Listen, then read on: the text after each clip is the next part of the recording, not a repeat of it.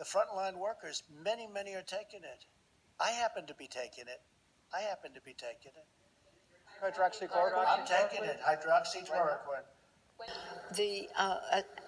He's our president, and I would rather he not be taking something that has not been approved by the scientists, especially in his age group and in his, shall we say, weight group, what is morbidly obese, they say. So I think it's not a good idea. It's like saying maybe if you injected Clorox into your blood, it may cure you. Come on, man. What is he doing? What in God's name is he doing?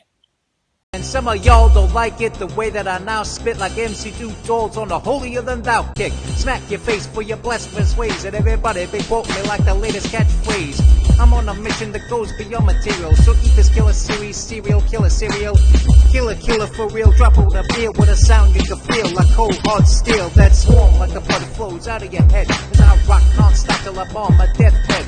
And I can swap out a catalytic converter with a few hand tools, but I can never be murdered.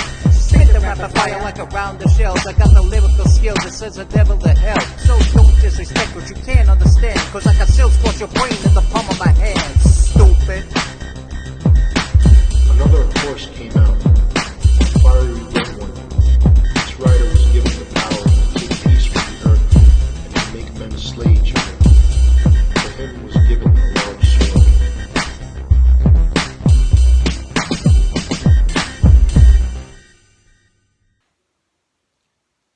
All right, so the President of the United States is taking hydroxychloroquine as a preventative measure.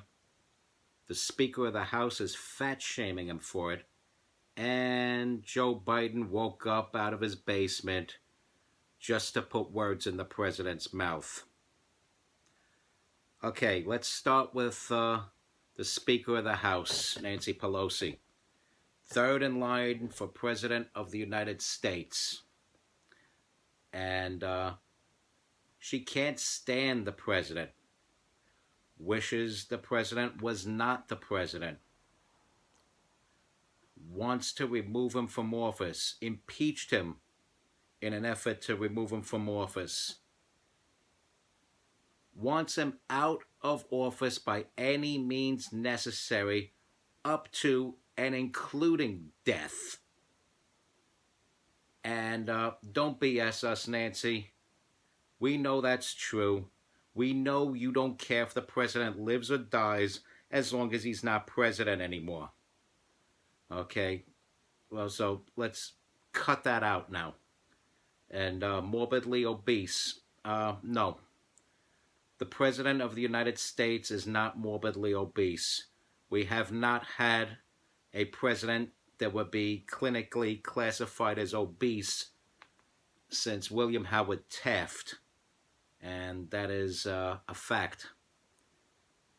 So I don't know where you're getting your measurements from there. I don't know from the bottom of which bottle did you declare the President of the United States to be morbidly obese, but look at the source. See where this stuff is coming from. It's coming from somebody who's not fit to be Speaker of the House, certainly not fit to be third in line for President of the United States. Now, with Joe Biden, Joe is Joe, okay? Joe is Joe. Sleepy Joe. He wakes up to put words in the president's mouth. He says, that's just like telling people that if you inject bleach into your veins, you'll find the cure. And then he goes on with his classic, come on, man.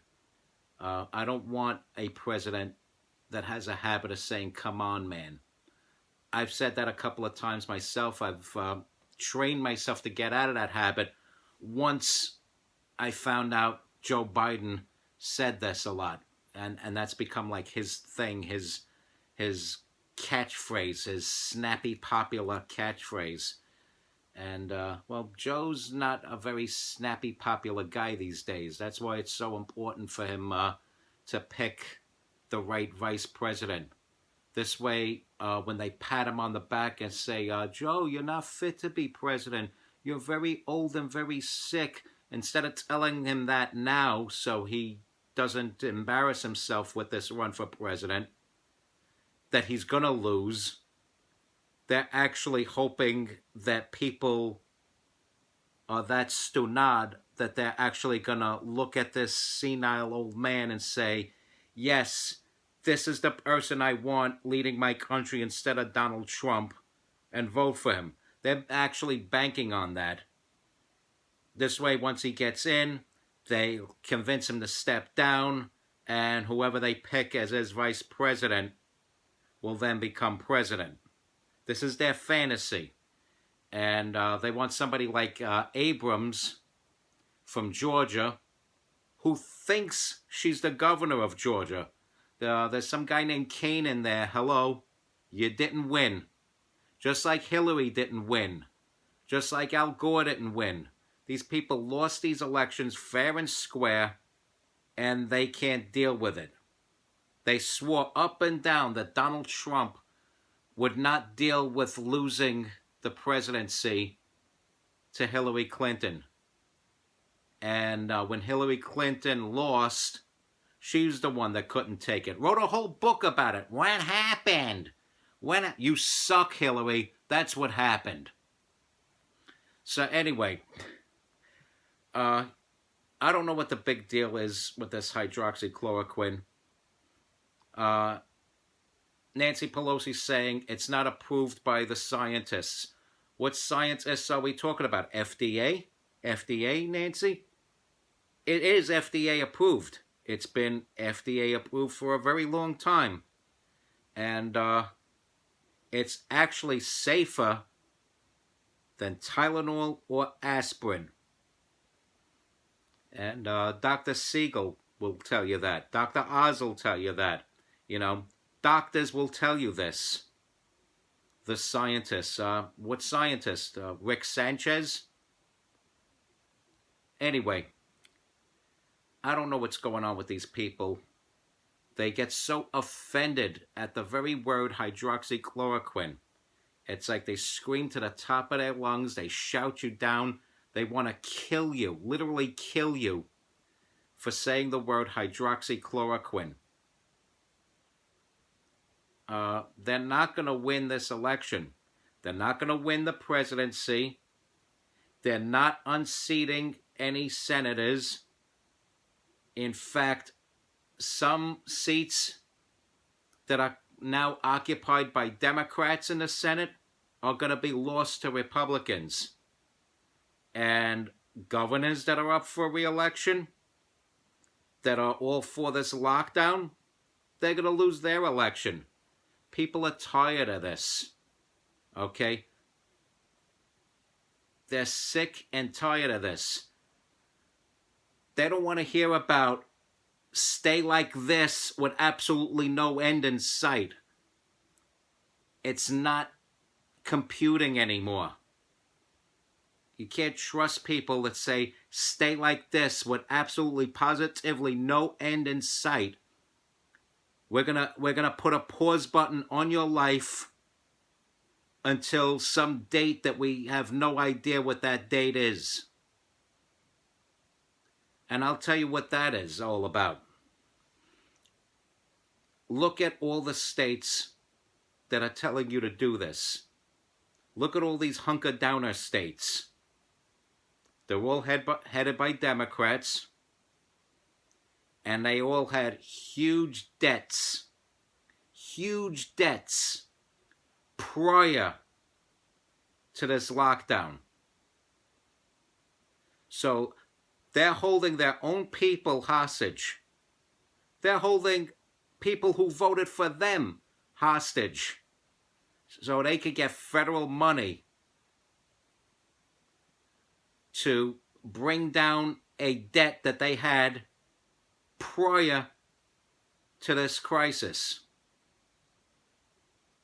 And that's what's going on.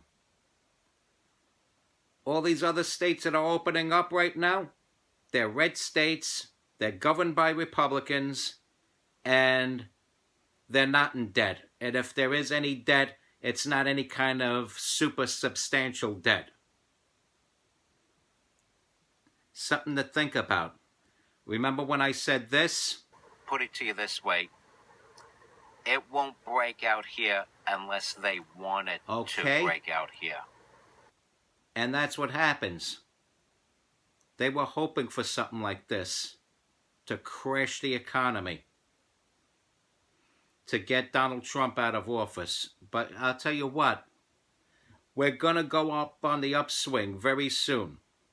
And when that happens, ho ho ho, we got 4 more years. All right. Like the video, share the video, subscribe to the channel.